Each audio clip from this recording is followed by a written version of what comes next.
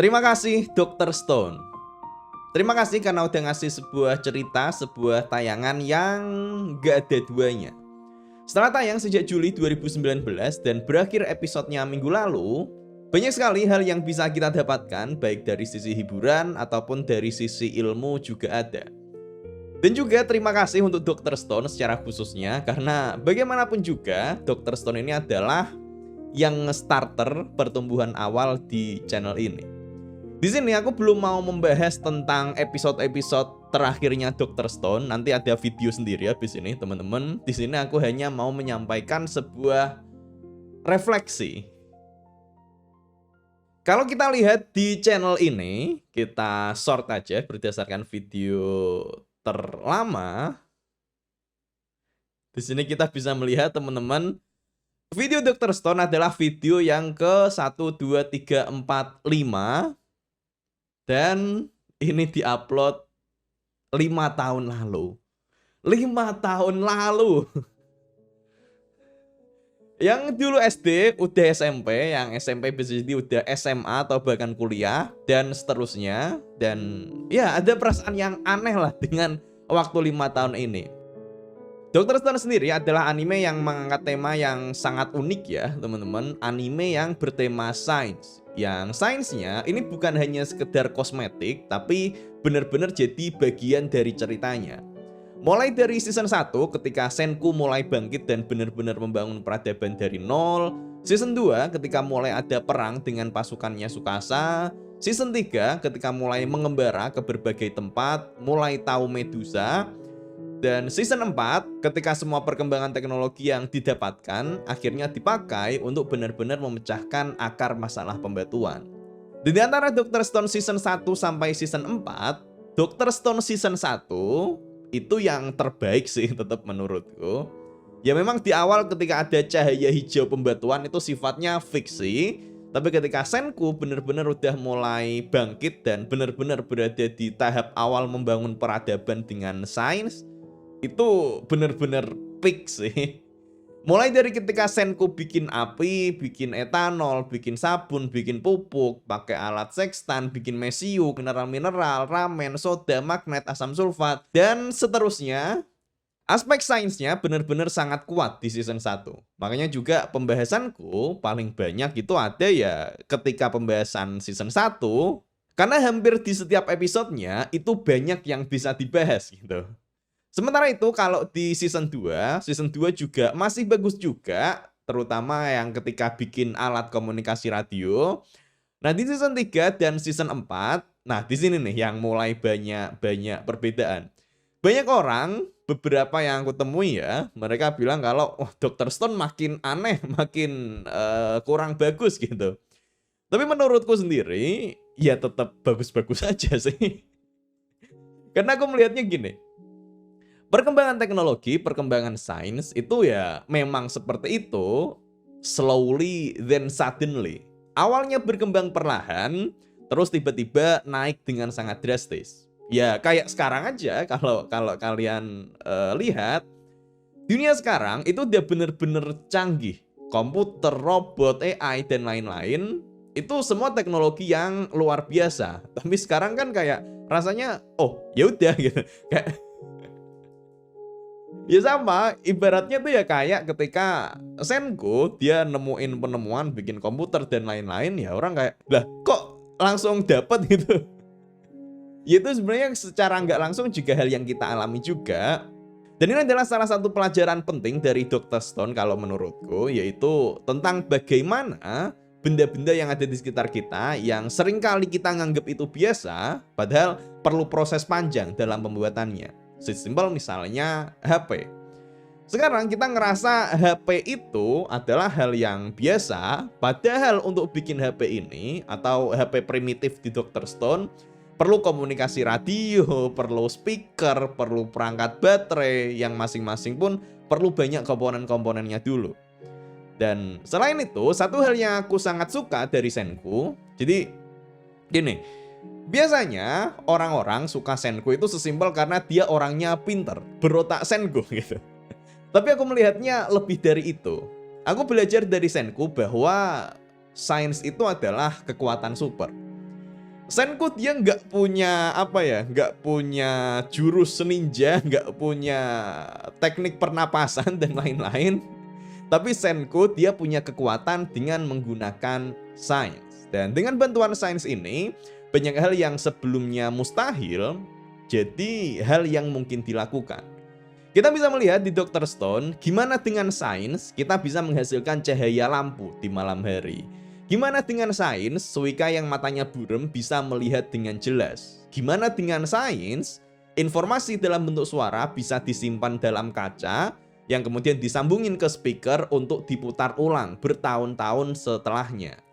Dan juga untuk mencapai suatu tujuan yang aku suka di Dr. Stone adalah selalu ditunjukin ada plannya, teman-teman. Jadi nggak serta-merta langsung ngeluarin jurus langsung jadi. Ya meskipun memang ketika sudah di season-season akhir tuh kerasanya cepet ya, tapi tetap ada step-stepnya.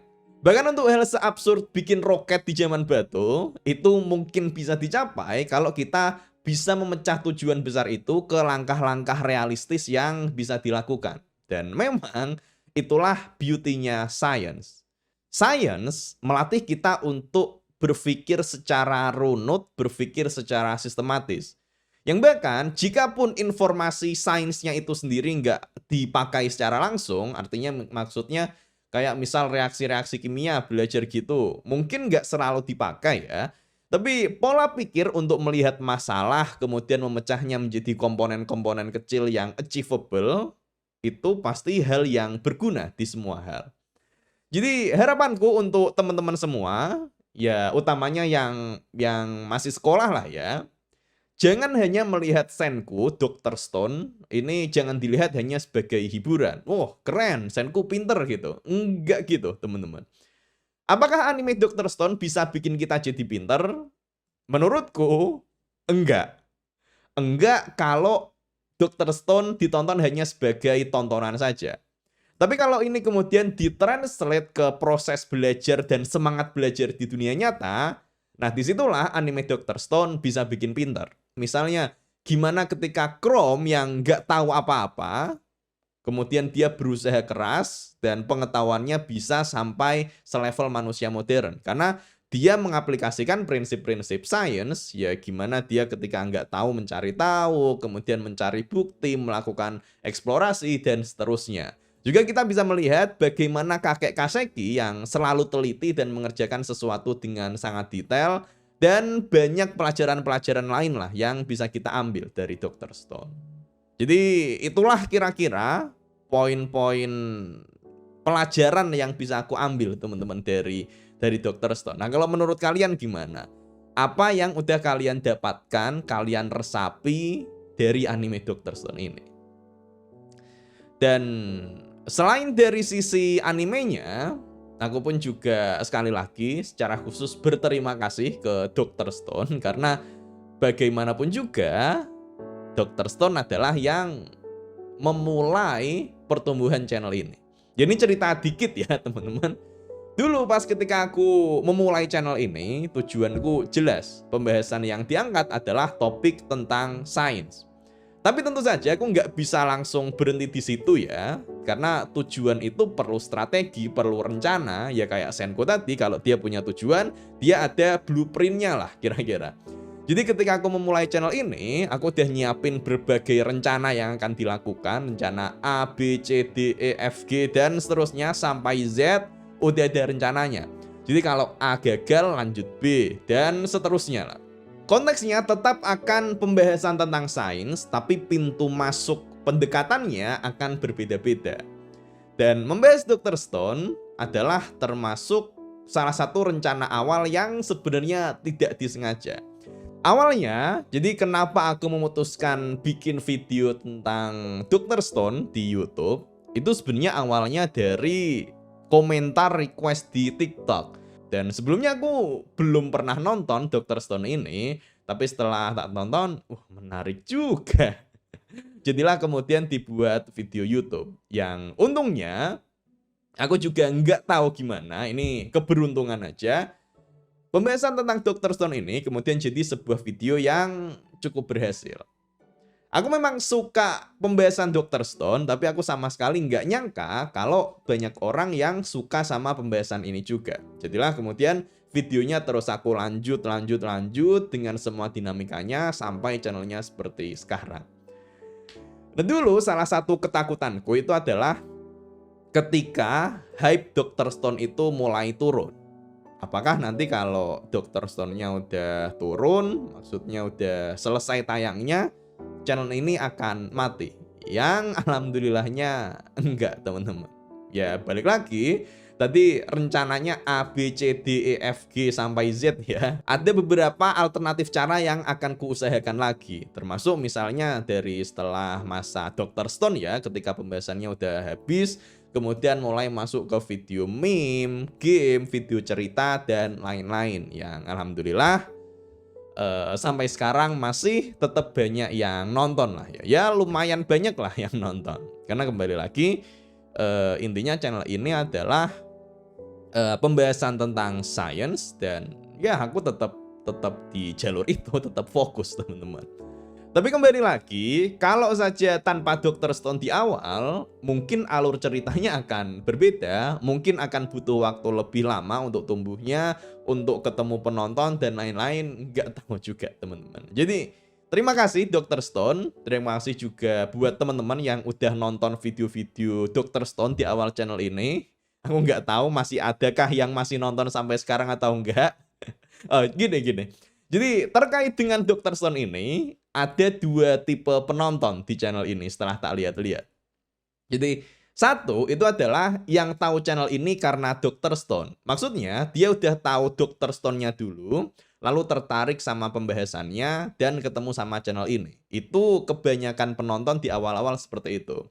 Dan kemudian yang kedua, generasi setelah-setelahnya, ada juga yang kemudian sebaliknya tahu Dr. Stone karena pembahasan dari channel ini. Nah, kalau kalian yang mana, teman-teman? Atau yang ketiga, ada juga ini generasi yang sangat baru ya, penonton yang sangat baru, yang nggak tahu kalau awal channel ini banyak membahas tentang anime. Dan pas aku upload video Dr. Stone ya, kemudian dia ngasih komen, tumben bahas anime. Nah, kalau kalian masuk yang mana, teman-teman? Masuk kategori 1, 2, atau yang ketiga?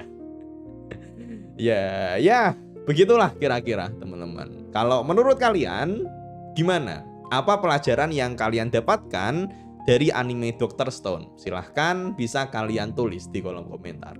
Apapun itu, intinya jangan sampai semangat Dr. Stone ini berhenti ketika animenya tamat. Karena justru harusnya ketika Dr. Stone tamat, sekarang waktunya kita buat melanjutkan perjalanannya Senku.